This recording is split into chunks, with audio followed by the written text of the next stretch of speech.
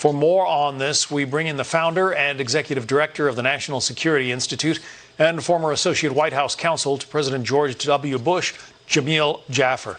Jamil, the president is going to be visiting, obviously, going to the NATO summit, and he'll be visiting Poland. Would you advise him to at least go to the border with Ukraine, or would that be a symbolic gesture that would not really carry any weight?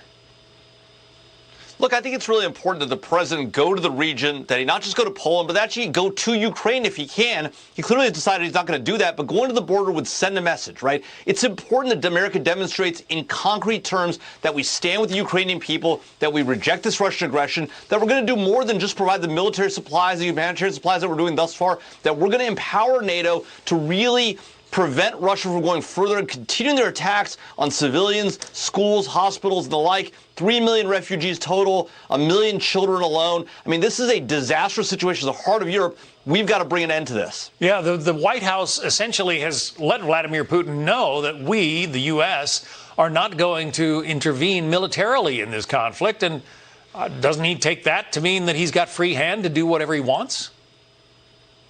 That's exactly right, John. It's a huge problem, right? In some ways, it's the opposite of the Barack Obama red line in Syria. We're making clear to Putin that he can do whatever he wants in Ukraine and essentially get away with it cost-free, with the exception of these economic sanctions that clearly didn't deter him from going in and won't deter further action. That just means this conflict will go on for longer and longer with more civilian casualties. That's a disaster for the Ukrainian people and a disaster for American foreign policy, not just in Europe, but across the globe, because you know the Chinese are watching this and saying, what about Taiwan? Well, we were just speaking to the Ukrainian member of parliament who is begging, as is President Zelensky, for the imposition of the no-fly zone. What do you think about that prospect?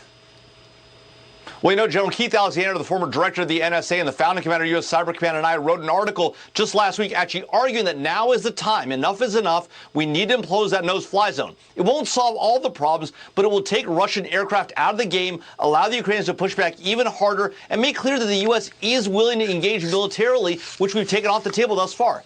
There are people who say, look, that's going to cause World War III. The reality is that's not going to happen. We're already on the verge of that. We're not going to push Putin over the line. We've got to show him he responds to power.